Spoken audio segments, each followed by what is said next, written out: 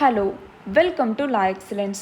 ఇవాల్టి వీడియోలో మనం ఈనాడు, సాక్షి మరియు నమస్తే తెలంగాణ పేపర్స్లోని ఇంపార్టెంట్ కరెంట్ అఫైర్స్ గురించి డిస్కస్ చేసుకుందాం. ఇవాల్టి మన ఫస్ట్ ఆర్టికల్ వచ్చేసి టీకాలకి సంబంధించింది. ప్రస్తుతం కోవిడ్ 2వ దశ తగ్గుముఖం పడుతూ ఉన్నటువంటి సందర్భంలో డెల్టా కేసులు అనేవి పెరిగిపోతూ ఉన్నాయి. కరోనా వైరస్ డెల్టా రకంగా ఉత్పరివర్తన చెంది అమెరికా, చైనా, ఆస్ట్రేలియాతో పాటు చాలా దేశాల్లో మళ్ళీ ఆంక్షల విధింపు అనేది మొదలవుతోంది. డెల్టా వేరియంట్లో వేగంగా వ్యాపించే లక్షణం ఉందే తప్ప అది ప్రాణాంతకం కాదు. అందుబాటులో ఉన్నటువంటి టీకాలు దాని మీద సమర్థవంతంగా పనిచేస్తాయి అన్నట్లుగా ప్రపంచ ఆరోగ్య సంస్థ భరోసా ఇస్తోంది. అయితే టీకాలు వేసుకొని వాళ్ళలో డెల్టా ఉధృతంగా వ్యాపిస్తున్న కొద్దీ వైరస్ వేగంగా రూపాంతరం చెంది కొత్త వేరియంట్లు పుట్టుకొని వస్తాయి. ఇప్పుడున్న టీకాల సామర్థ్యం కొన్ని నెలల తర్వాత తగ్గిపోతుంది కాబట్టి వేర్వేరు టీకాల్ని కలిపి వాడితే ఎక్కువ కాలం రక్షణ లభిస్తుంది అన్నట్టుగా కొందరు పరిశోధకులు భావిస్తూ ఉన్నారు. ప్రయోగశాలలో ఈ మిశ్రమ టీకాల యొక్క ఫలితాలు ఆశాజనకంగానే ఉన్నా కూడా వాస్తవ ప్రపంచంలో ఇంతే సమర్థవంతంగా పనిచేస్తాయా, దుష్ఫలితాలు ఏమీ ఉండవా అన్నటువంటిది విశ్లేషించాల్సి ఉంది. అయితే అమెరికాతో పాటు ఐరోపా దేశాలు కూడా బూస్టర్ డోస్కి ఆమోదం తెలపకపోయినా వృద్ధ పౌరులకి మాత్రం 3వ డోస్ ఇచ్చే కార్యక్రమాన్ని ఇజ్రాయెల్ ఇప్పటికే చేపట్టింది. 60 ఏళ్లు పైబడినటువంటి వాళ్ళలో రోగ నిరోధక శక్తి కొంత తగ్గుతుంది కాబట్టి వాళ్ళకి ప్రాధాన్య ప్రాతిపదిక మీద బూస్టర్ డోస్లని ఇజ్రాయెల్ ఇస్తోంది. దాదాపు 93 లక్షల ఇజ్రాయెల్ జనాభాలో 57% 2 డోసుల ఫైజర్ టీకాలు పూర్తయ్యాయి. 40 ఏళ్లు పైబడిన జనాభాలో 80% 2 డోసుల్ని వేశారు. అయినా కూడా ఇటీవలి కాలంలో డెల్టా వేరియంట్ కేసులు పెరుగుతూ ఉన్నాయి. జనవరిలో టీకాలు వేసుకున్నటువంటి వాళ్ళలో రోగ నిరోధక శక్తి తగ్గినట్టు తేలటంతో ఇజ్రాయెల్ ప్రభుత్వం వయోధికులకి మళ్ళీ బూస్టర్ డోసులను ఇవ్వటం మొదలుపెట్టింది. ఇజ్రాయెల్ అనుభవం చూసిన తర్వాత రోగ నిరోధక శక్తి తక్కువగా ఉండే దీర్ఘకాల రోగులకి బూస్టర్ డోసులు ఇవ్వాలి అన్నట్లుగా అమెరికా నిపుణులు కూడా సిఫార్సు చేస్తూ ఉన్నారు. ముఖ్యంగా క్యాన్సర్, HIV, లుకేమియా, కీళ్లవాతంతో బాధపడుతున్నటువంటి వాళ్ళకి, అలాగే అవయవ మార్పిడి చేసుకున్నటువంటి వాళ్ళకి రోగ నిరోధక శక్తి తక్కువగా ఉంటుంది. అమెరికా జనాభాలో 3% ఈ కోవకి చెందుతారు. వీళ్ళకి బూస్టర్ డోస్ ఇచ్చేటటువంటి అంశాన్ని అక్కడి ప్రభుత్వం పరిశీలిస్తోంది. భారత్లో కూడా కరోనా కేసులు మళ్ళీ పెరుగుతున్నాయి. ఈ పరిస్థితుల్లో టీకాల మిశ్రమం మరియు బూస్టర్ డోసుల విషయంలో ప్రపంచ దేశాల యొక్క అనుభవాన్ని కేంద్ర ప్రభుత్వం జాగ్రత్తగా పరిశీలిస్తోంది. సరైన నిర్ణయంలో సరైన సమయం తీసుకోవటానికి ఇది తోడ్పడుతుంది. అయితే మన దేశంలో ఇంకా చాలామందికి మొదటి డోసే కంప్లీట్ కాలేదు. 2వ డోస్ వేసుకున్నటువంటి వాళ్ళు చాలా తక్కువ మంది ఉన్నారు. ఇక వాళ్ళందరికీ వ్యాక్సినేషన్ కార్యక్రమం అయిపోయి వాళ్ళకి మళ్ళీ బూస్టర్ డోస్ ఎప్పుడు ఇవ్వాలి?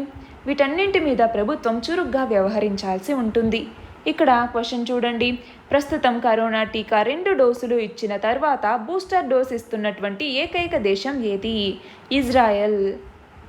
మన నెక్స్ట్ ఆర్టికల్ వచ్చేసి పౌరుల యొక్క ప్రాథమిక హక్కుల పరిరక్షణకి మేము ఎల్లప్పుడూ కట్టుబడి ఉంటాము అన్నటువంటి విషయాన్ని ఇటీవల భారత సర్వోన్నత న్యాయస్థానం లేదా సుప్రీంకోర్టు అన్నటువంటిది తన తీర్పుల్లో వెలువరిస్తూనే ఉంది. ఫలితంగా చట్టాల్ని దుర్వినియోగం చేసేటటువంటి తీవ్ర పరిణామాలు తప్పవు అన్నటువంటి సంకేతాలు రాష్ట్రాలు, పోలీస్ యంత్రాంగాలకు కూడా అందాయి.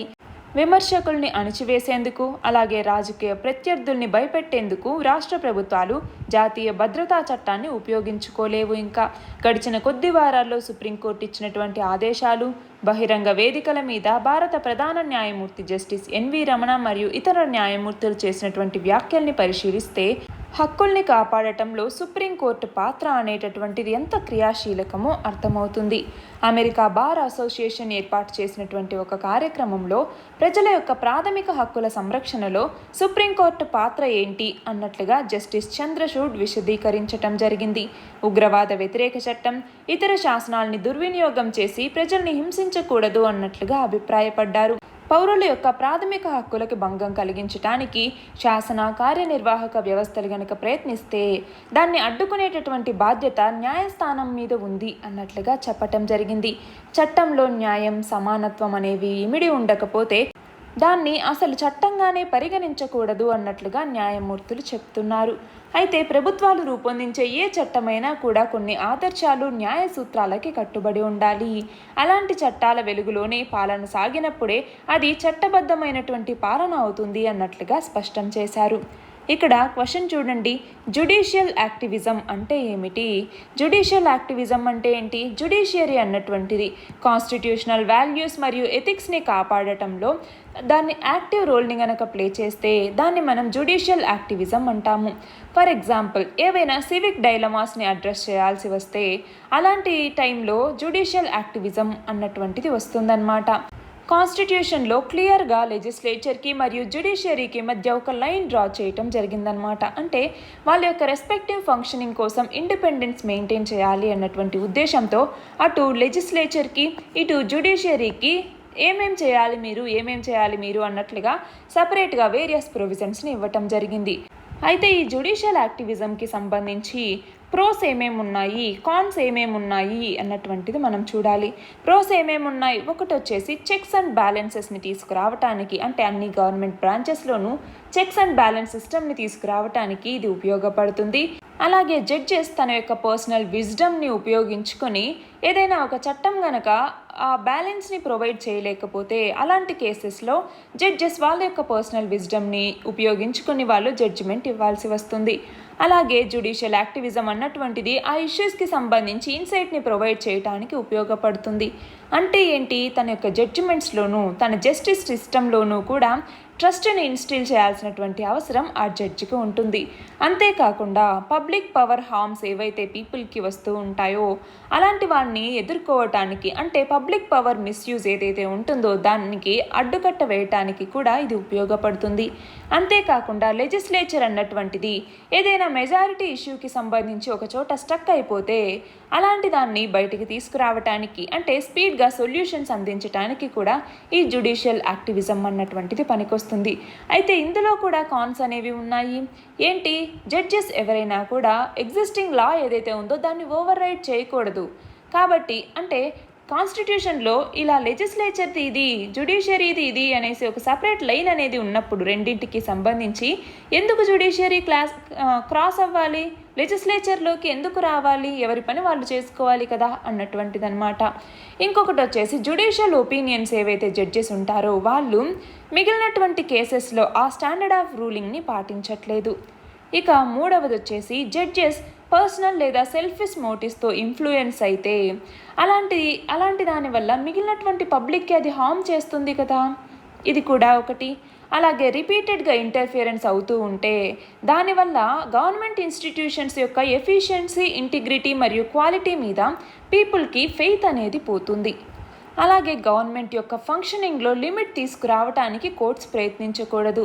ఒకవేళ జ్యుడిషియరీకి కనుక పవర్ అనేది మరీ ఎక్కువైపోతే దానివల్ల గవర్నమెంట్ ఏజెన్సీస్ యొక్క పవర్ని మిస్యూజ్ చేసేటటువంటి అవకాశం అనేది ఉంటుంది. కాబట్టి ఇలాంటివన్నీ కూడా జ్యుడిషియల్ యాక్టివిజంకి సంబంధించి కాన్స్గా చెప్పుకుంటాము. మన నెక్స్ట్ ఆర్టికల్ వచ్చేసి గోప్యతకి సంబంధించినటువంటిది.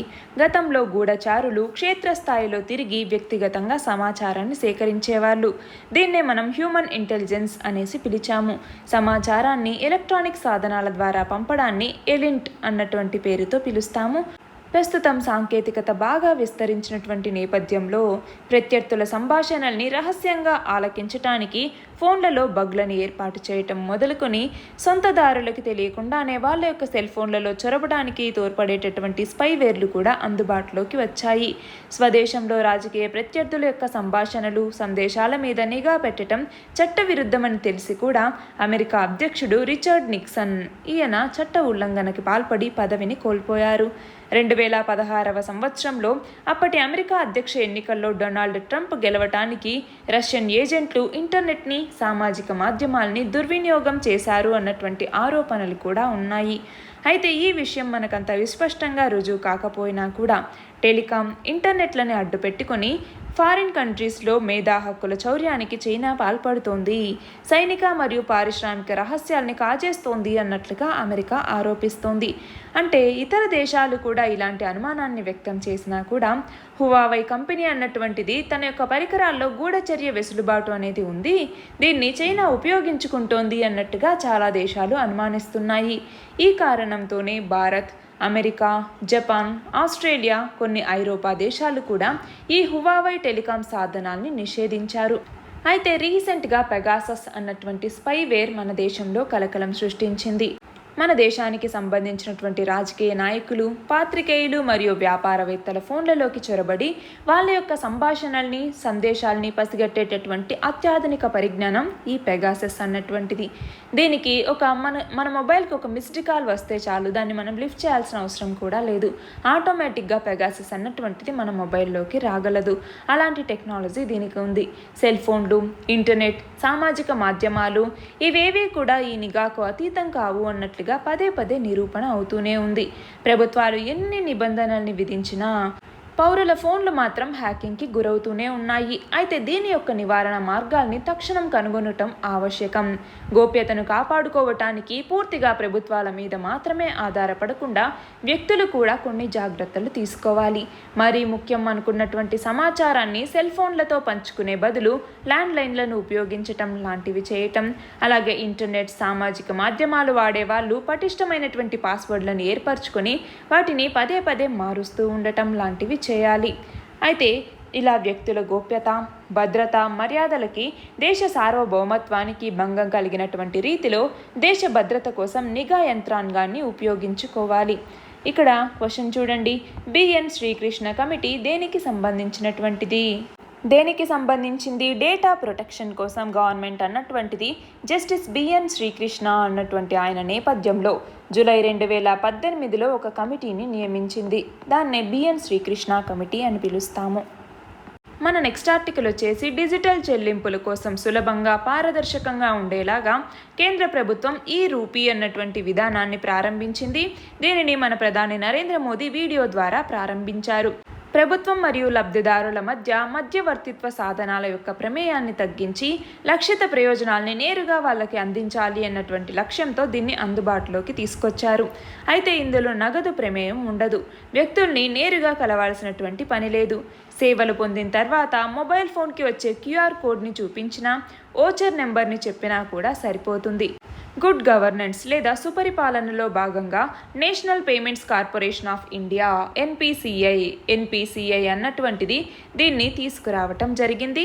ఆర్థిక, ఆరోగ్య శాఖలతో పాటు నేషనల్ హెల్త్ అథారిటీ కూడా దీనికి తోడ్పాటుని అందించాయి. అయితే ఈ రూపీ అన్నటువంటిది గూగుల్ పే, ఫోన్పే, పేటిఎం లాంటిది కాదు. ఈ విధానంలో ప్రభుత్వం లేదా సంస్థలు క్యూఆర్ కోడ్ లేదా ఓచర్ నెంబర్ని లబ్ధిదారుడు యొక్క మొబైల్ ఫోన్కి పంపుతాయి. అవి ప్రీపెయిడ్ గిఫ్ట్ ఓచర్ల లాంటివన్నమాట. బ్యాంకు ఖాతా, డిజిటల్ పేమెంట్ యాప్ లేకపోయినా ఈ ఓచర్లను వినియోగించుకోవచ్చు. సేవలు అందుకున్న తర్వాత క్యూఆర్ కోడ్ని చూపించాలి, లేదంటే ఓచర్ కోడ్ని చెప్పాలి.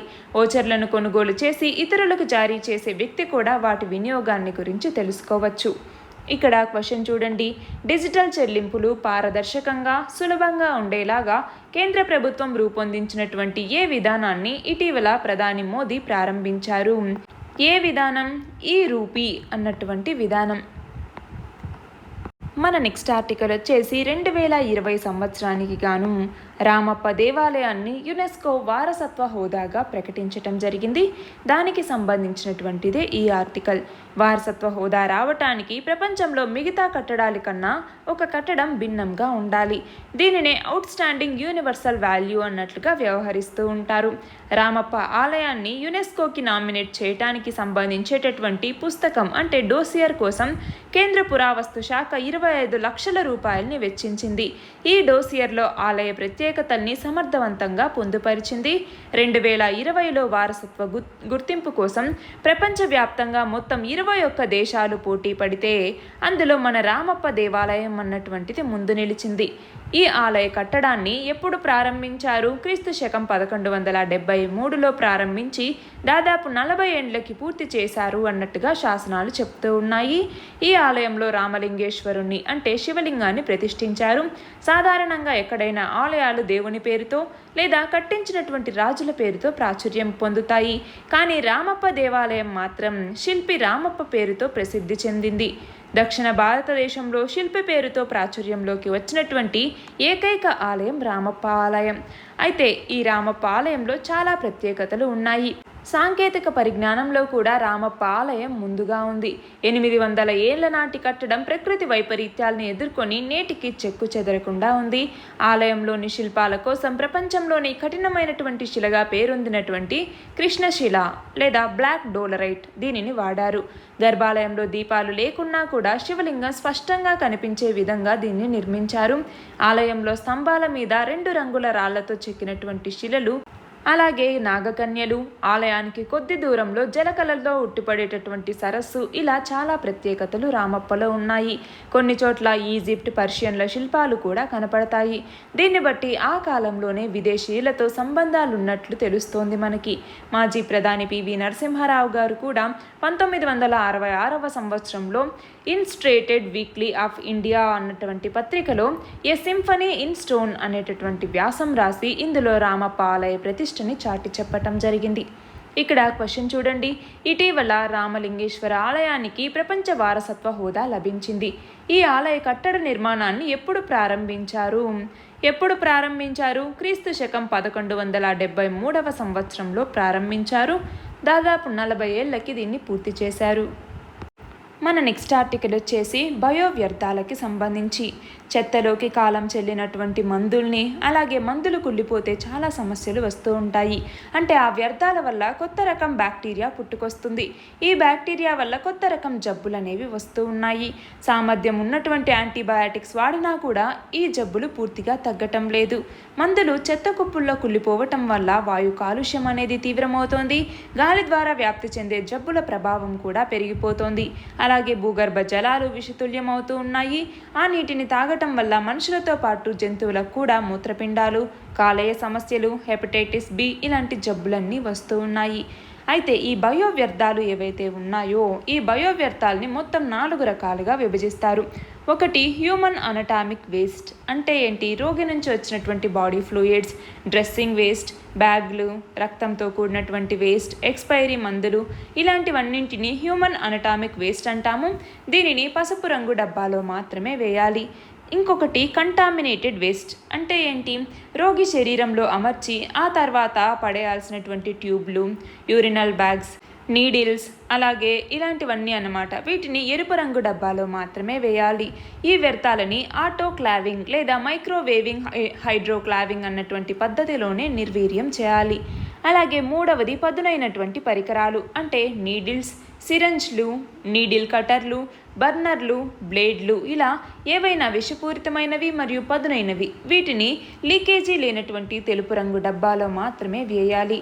ఈ వ్యర్థాలని ఆటోక్లావింగ్ లేదా డ్రై హీట్ స్టెరిలైజేషన్ పద్ధతిలోనే కాల్చేయాలి. ఇక 4వది గ్లాస్వేర్ వేస్ట్ అనమాట. అంటే విషపూరిత గాజు వస్తువులు, మందుల యొక్క వయల్స్ అంటే ఆ బాటిల్స్, మెడిసిన్ వయల్స్, ఇలాంటి వాటన్నింటినీ కూడా నీలం రంగు డబ్బాలో మాత్రమే సేకరించాలి. వీటిని తిరిగి ఉపయోగించాలంటే డిటర్జెంట్ లేదా సోడియం హైపోక్లోరైడ్ ద్రావణాలతో శుభ్రం చేయాలి. ఇలాంటి బయో వ్యర్థాల నిర్వీర్యానికి కాలుష్య నియంత్రణ మండలి కొన్ని నిబంధనల్ని తీసుకొచ్చింది. అవి ఏంటి? బయో వ్యర్థాలని తీసుకెళ్లే వాహనాలకి విధిగా GPS ఉండాలి. ఏ ఆసుపత్రిలో ఎంత బయో వ్యర్థాలు సేకరించింది కాంట్రాక్ట్ సంస్థ విధిగా వెబ్సైట్లో ఉంచాలి. అలాగే వ్యర్థాలని సేకరించే పని వాళ్ళకి ఖచ్చితంగా వ్యాక్సిన్ని వేయించాలి. వాళ్ళకి గ్లౌజులు, N95 మాస్కులు ఉండేలాగా చూసుకోవాలి. ఆయా వ్యర్థాలని తీసుకెళ్లే సంస్థల మీద కాలుష్య నియంత్రణ మండలి అధికారుల పర్యవేక్షణ ఉండాలి. వ్యర్థాలని నిర్వీర్యం చేసే ప్లాంట్లని నిరంతరం అధికారులు పర్యవేక్షించాలి. సేకరించినటువంటి వ్యర్థాలని 48 గంటల్లోగా నిర్వీర్యం చేయాలి. వీటి కోసం అంటే ఎక్స్పైరీ మందులు చెత్త డబ్బాల్లోకి వెళ్లకుండా ఖచ్చితమైనటువంటి నిర్వీర్య ప్రక్రియ చేపట్టేలాగా కొత్త పాలసీని తీసుకొస్తాము. దీని మీద వివిధ రకాల మ్యానుఫ్యాక్చరింగ్, హోల్సేల్ మరియు రీటైలర్లతో మాట్లాడుతున్నాము అన్నట్లుగా ఔషధ నియంత్రణ శాఖ తెలిపింది. ఇక్కడ క్వశ్చన్ చూడండి. బయోమెడికల్ వేస్ట్ మేనేజ్మెంట్ రూల్స్ 2016 గురించి వివరించండి.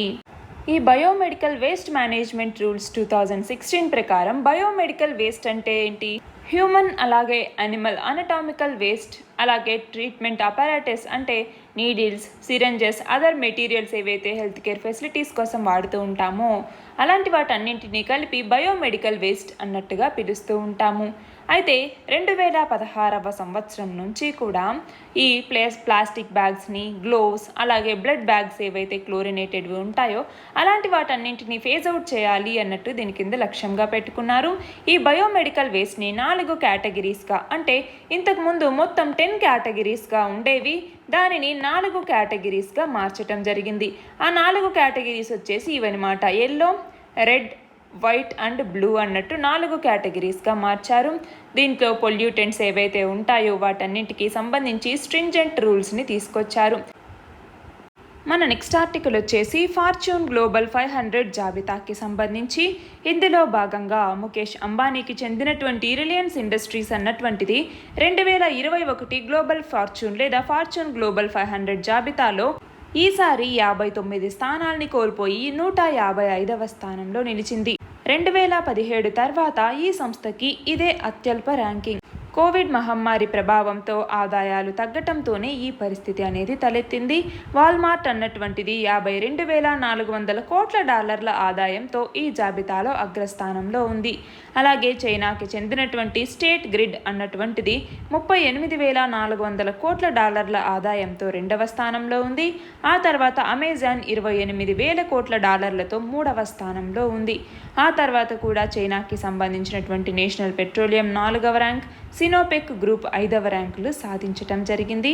రిలయన్స్ ఇండస్ట్రీస్ ఆదాయం అన్నటువంటిది ఇంతకు ముందుతో పోలిస్తే 25.3% తగ్గి $6,300 కోట్ల పరిమితమైంది. అలాగే స్టేట్ బ్యాంక్ ఆఫ్ ఇండియా మాత్రం 16 స్థానాలు ఎగబాకి 205వ స్థానాన్ని దక్కించుకుంది. వరుసగా ఈ జాబితాలో స్థానాన్ని మెరుగుపరుచుకోవటం ఎస్బీఐకి ఇది 2వసారి. అయితే యాపిల్ అన్నటువంటిది ఆదాయంలో 6వ స్థానంగా ఉంది. $5,700 కోట్ల నికర లాభాన్ని ఆర్జించి అత్యధిక లాభదాయక కంపెనీగా యాపిల్ నిలిచింది. ఇక్కడ క్వశ్చన్ చూడండి, 2021 గ్లోబల్ ఫార్చ్యూన్ లేదా ఫార్చ్యూన్ గ్లోబల్ 500 జాబితాలో మొదటి స్థానంలో ఉన్నటువంటి సంస్థ ఏది? ఏ సంస్థ? వాల్మార్ట్. మన నెక్స్ట్ ఆర్టికల్ వచ్చేసి సూర్యుడి లోపల ఉన్నటువంటి ఒక అంతు చిక్కనటువంటి పొర ఆవిర్భావం మీద తొలిసారిగా భారత శాస్త్రవేత్తలు ఒక సైద్ధాంతిక వివరణని ఇవ్వటం జరిగింది. ఇందులో భాగంగా సూర్యుడి యొక్క ధ్రువ ప్రాంతాలతో పోలిస్తే మధ్యరేఖా ప్రాంతాలు వేగంగా భ్రమిస్తూ ఉంటాయి. సూర్యుడి యొక్క అంతర్గత భ్రమణం యొక్క తీరుతెన్నులు అనూహ్యంగా మారిపోతున్నాయి అన్నట్లుగా శాస్త్రవేత్తలు గుర్తించారు. ఈ పొరకి నియర్ సర్ఫేస్ షియర్ లేయర్ అన్నటువంటి పేరుని శాస్త్రవేత్తలు పెట్టారు. సూర్యుడి యొక్క ఉపరితలానికి చేరువలోనే దీన్ని గుర్తించారు. అయితే ఈ పొర ఎలా ఉంటుంది అన్నటువంటి దాని మీద శాస్త్రవేత్తలు చాలా కాలంగా పరిశోధనల్ని సాగిస్తూ ఉన్నారు. సూర్యుని యొక్క కాలచక్రంలో ఏర్పడేటటువంటి సన్ స్పాట్స్ లేదా సౌర మచ్చల మీద మరిన్ని వివరాలు తెలుసుకోవటానికి దీనివల్ల వీలు కలుగుతుంది. ఇతర నక్షత్రాల్లో ఇలాంటి దాని గురించి అర్థం చేసుకోవటానికి కూడా మార్గం సుగమమవుతుంది. నైనిటాల్ ఎక్కడ ఉంది? ఉత్తరాఖండ్లో ఉన్నటువంటి నైనిటాల్లోని Aryabhatta research institute of observational sciences లేదా ఐరిఎస్ అంటాము. ఐరిఎస్కి సంబంధించినటువంటి శాస్త్రవేత్తలు, అలాగే బెంగళూరులో ఉన్నటువంటి Indian institute of science IISc Bengaluru, ఈ రెండింటిలో ఉన్నటువంటి శాస్త్రవేత్తలు కలిసి దీని మీద ఈ సైద్ధాంతిక వివరణని ఇవ్వటం జరిగింది. ఈ పొర ఏదైతే నియర్ సర్ఫేస్ షియర్ లేయర్ ఉందో ఇది పూర్తిగా సూర్యుడి యొక్క అంతర్భాగానికి సంబంధించిందే, ఉపరితలం మీద లేదు అన్నట్లుగా చాలామంది శాస్త్రవేత్తలు ఇప్పటికీ భావిస్తూ వచ్చారు. అయితే ఇది లోపలి నుంచి దాదాపుగా ఉపరితలం వరకు కూడా విస్తరించి ఉంది అన్నట్లుగా తాజాగా ఈ పరిశోధకులు తేల్చారు. ఇక్కడ క్వశ్చన్ చూడండి, సూర్యుడి లోపల అంతు చిక్కని పొర ఆవిర్భావానికి సంబంధించి ఇటీవల భారత శాస్త్రజ్ఞులు ఇచ్చిన సైద్ధాంతిక వివరణలో భాగంగా ఈ పొరకి ఏమని పేరు పెట్టారు? నియర్ సర్ఫేస్ షియర్ లేయర్ అన్నటువంటి పేరుని పెట్టారు. మన నెక్స్ట్ ఆర్టికల్ వచ్చేసి డచ్మన్ విల్ఫ్రెడ్ స్టిగ్జర్ అనేటటువంటి కళాకారుడు డెన్మార్క్లోని బ్లోకస్ నగరంలో ఒక సైకత కోటను నిర్మించారు. ఇక్కడ మనం చూస్తున్నటువంటిది అనమాట. ఇది ప్రపంచంలోనే అత్యంత ఎత్తైనటువంటి సైకత కోటగా గిన్నిస్ బుక్ ఆఫ్ వరల్డ్ రికార్డ్స్లో చోటు సంపాదించుకుంది. మొత్తం 69.4 అడుగులున్నటువంటి ఈ కళాఖండం కోసం సుమారు 5,000 టన్నుల ఇసుకని ఉపయోగించారు. ఇక్కడ క్వశ్చన్ చూడండి, ప్రపంచంలోనే అతి ఎత్తైన సైకత కోటగా గిన్నిస్ రికార్డుకి ఎక్కిన కళాఖండాన్ని ఎక్కడ నిర్మించారు? డెన్మార్క్లోని బ్లోకస్ అన్నటువంటి నగరంలో. మన నెక్స్ట్ ఆర్టికల్ వచ్చేసి రోటా వైరస్ నియంత్రణ కోసం భారత్ బయోటెక్ సంస్థ అభివృద్ధి చేసినటువంటి రోటావాక్ 5D అన్నటువంటి వ్యాక్సిన్కి ప్రపంచ ఆరోగ్య సంస్థ WTO యొక్క ప్రాథమిక గుర్తింపు అనేది లభించింది. ఈ వ్యాక్సిన్ శిశువులకి, చిన్న పిల్లలకి రోటా వైరస్ సోకకుండా వినియోగిస్తారు. రోటా వైరస్ నియంత్రణకి గతంలోనే భారత్ బయోటెక్ రోటావాక్ అన్నటువంటి పేరుతో టీకాని అభివృద్ధి చేసింది. దాన్ని ఇంకొంచెం మెరుగుపరిచి తాజాగా రోటావాక్ 5D అన్నటువంటి దాన్ని అందుబాటులోకి తీసుకొచ్చింది. ఈ వ్యాక్సిన్కి WHO గుర్తింపు అనేది రావడంతో ఐక్యరాజ్య సమితికి చెందినటువంటి సంస్థలు కొనుగోలు చేసేందుకు మార్గం అనేది సుగమమైంది. ఇక్కడ క్వశ్చన్ చూడండి, రోటా వైరస్ నియంత్రణ కోసం భారత్ బయోటెక్ సంస్థ అభివృద్ధి చేసిన ఏ వ్యాక్సిన్కి ప్రపంచ ఆరోగ్య సంస్థ గుర్తింపు లభించింది? ఏ వ్యాక్సిన్? రోటావాక్ 5D. మన నెక్స్ట్ ఆర్టికల్ వచ్చేసి ప్రస్తుతం టోక్యో, జపాన్ రాజధాని అయినటువంటి టోక్యోలో ఒలింపిక్స్ అనేవి జరుగుతూ ఉన్నాయి. 2020 సంవత్సరానికి గాను కరోనా కారణంగా ప్రస్తుతం లేట్గా ఇవి మొదలయ్యాయి. అయితే ఇందులో ఈ ఒలింపిక్స్లో తొలిసారిగా సెమీస్కి మహిళల హాకీ జట్టు అన్నటువంటిది ఎంపికైంది. క్వార్టర్స్లో ఆస్ట్రేలియా మీద విజయం సాధించింది. అయితే పథకాల పట్టికలో చూసుకుంటే మొదటి స్థానంలో చైనా అనేది ఉంది. మొత్తం 29 బంగారు పతకాలతో చైనా మొదటి స్థానంలో ఉంటే 22 బంగారు పతకాలతో అమెరికా 2వ స్థానంలో, జపాన్ 3వ స్థానంలో ఉంది. మన భారతదేశం 62వ స్థానంలో ఉంది. మొత్తం బంగారు పతకాలు మనకి ఒక్కటి కూడా రాలేదు. అంటే స్వర్ణ పతకాలకి సంబంధించి మన సంఖ్య 0గా ఉంది. అదే రజతం మరియు కాంస్య పతకాలకి సంబంధించి 1-1గా నమోదయ్యాయి. ఇక్కడ క్వశ్చన్ చూడండి, టోక్యో ఒలింపిక్స్ పతకాల పట్టికలో ప్రస్తుతం భారతదేశ స్థానం ఎంత? 62వ స్థానంలో భారతదేశం ఉంది. మొత్తం 2 పతకాలు, 2 మెడల్స్, 1 కాంస్యం, 1 రజతం మెడల్స్ అన్నవి మనకి వచ్చాయి. నిన్నటి క్వశ్చన్ వచ్చేసి Ramappa temple the crest jewel of Kakatiya art and architecture పుస్తక రచయిత్రి ఎవరు? డాక్టర్ చూడామణి నందగోపాల్. ఈ పుస్తకం రామప్ప ఆలయానికి యునెస్కో గుర్తింపు తేవటంలో కీలక పాత్ర పోషించింది. ఇవాల్టి క్వశ్చన్ వచ్చేసి భారతదేశ నూతన కంట్రోలర్ జనరల్ ఆఫ్ అకౌంట్స్గా ఎవరు నియమితులయ్యారు? దీని ఆన్సర్ కమెంట్ సెక్షన్లో ఇవ్వండి. కరెక్ట్ ఆన్సర్ రేపటి వీడియోలో చూద్దాం. All the very best and thank you very much.